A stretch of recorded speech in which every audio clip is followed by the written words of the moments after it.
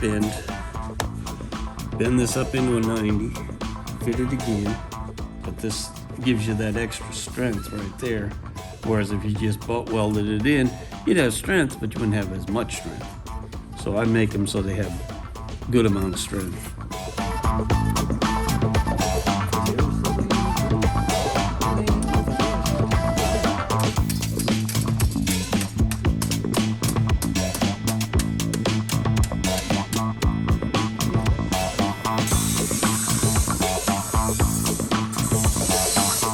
That's old. All populated and hidden under and messy. Now we got a nice new neat piece that when we clamp it all in, pulls the wheel well forward. I gotta clean this up, prime it up, then I'll cut out the inside stuff from the inside of the car. I'll cut out this rod in here once this is tacked in and solid. Then I'll go in and cut that out from the inside, but we'll get the whole new piece rebuilt. This brings the wheel well back to stiffness. Yeah, just getting it. When we clamp it up, this all draws in to where it's supposed to be. It's arched to where it's supposed to be inside. And we'll polish this up now a little bit, prime it, and get it ready to weld in.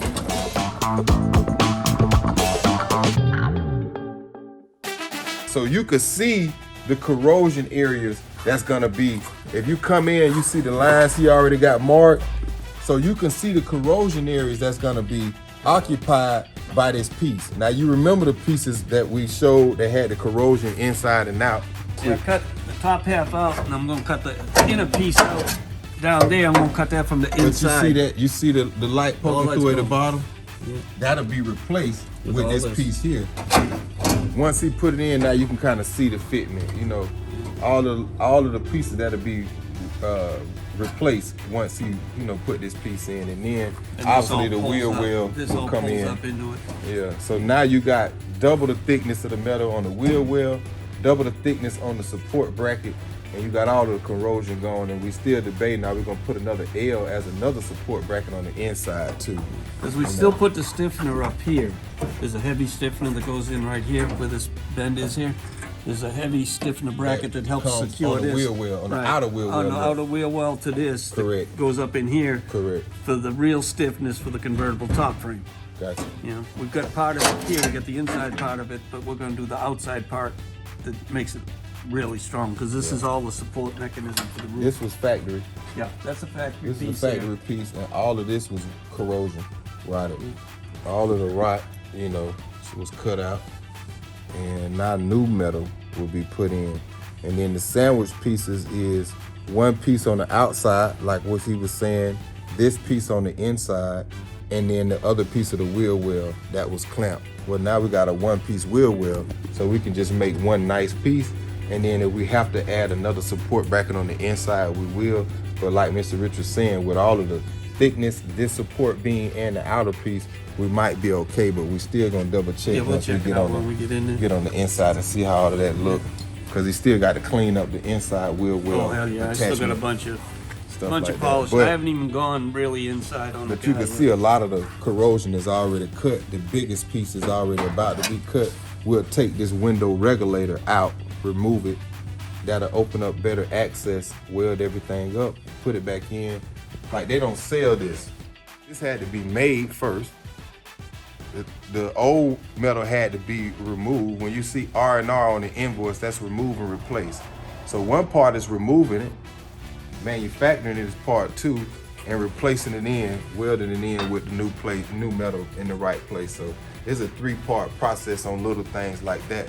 It's 4 times stronger than what was the factory. Yeah, like the wheel wells, the inner wheel wells, all of the structured pieces are thicker than what it was from the factory. So everything is going in, and then you got continuous wells all the way through. A lot of times they do spot wells where they spread it out. Once you go a continuous well, you done made that one solid piece, and then more strength, more strength, more strength. And then this particular car, obviously, we keep hammering it home, the type horsepower he's gonna put in it, and, driving the car, drivability, so it'll definitely be pretty stout. He didn't decide to just do wheel tubs to this car and we didn't do wheel tubs to the Alabama car.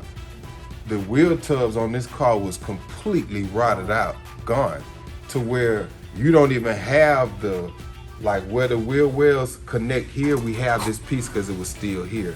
But on the inside structure where it connects to the trunk, you seen a light straight through, it wasn't connected. So in other words, this car dictated this amount of build. We had to cut all the corrosion out, so why would we make it with finding the original wheel wells? Why not make it bigger, give it more open space, widen it out to kind of maximize that space, being that it's already ate up anyway. So let's say, for instance, you bring a car in, like the 77,000 mile car we're looking at right now. That car, we might don't do these wheel wells on it because the original metal on it is already good. It's in good condition. Like, you do this when the situation calls for it, or a situation like TY car. He's building the car to race donks. He's gonna have over 2,000 horsepower in that car. So you have to build it for flex in that one. That's just for safety. But if you bring a car to us that might need, that have 700 horsepower, it's not gonna have as much flex as TY car, but if it has this much corrosion, you might as well do it, because you're gonna have the hours in it, the same amount of hours trying to make it factory than trying to do it like this. You're gonna have the same amount of hours anyway, so why not make it bigger and better than it was from the factory? And then if we flash that camera on the other side, you'll see that everything fits behind the factory quarter. You know, so, and then somebody commented, and shout out for the guys that make the comments on YouTube. Somebody commented too, the detail work after all of this, and then Mr. Rich go ahead and polish everything up, and then we come back and etch and primer and everything. That's another step of protection, and things, once again, that you won't even see. Once he put the quarter panel on there, a lot of things that we seen on this car, the way that they attached the quarter panels, all of this stuff was hidden. We didn't know that it was bad until we got into it. God forbid if somebody ever have to take this apart, they'll probably be impressed with the preparation that went into it. Luckily, we got Justin here. We got the camera on deck. Y'all can see what's going on real time. But a lot of times shops don't expect, like the aluminum foil pieces that Mr. Rich found. They didn't expect that we was gonna come back and sand it down and have a camera crew that's gonna record the crap that was done. But hey, we do, man. VTSV Auto, don't sleep. We are your specialists.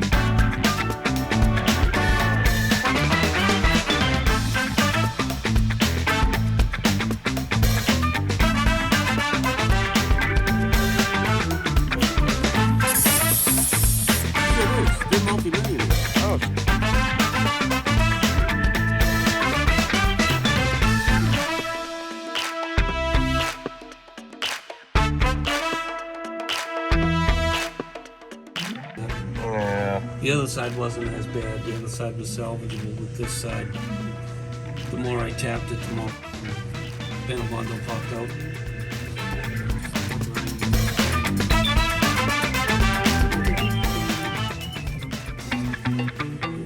It's hidden there. A lot of extra metal work. I got this all metal conditioned. I'm gonna run a sander and a grinder on it one more time. Then I'll cut this all out like this, put the piece in. I'll cut that all out, weld that in, and then we'll go from there once we get the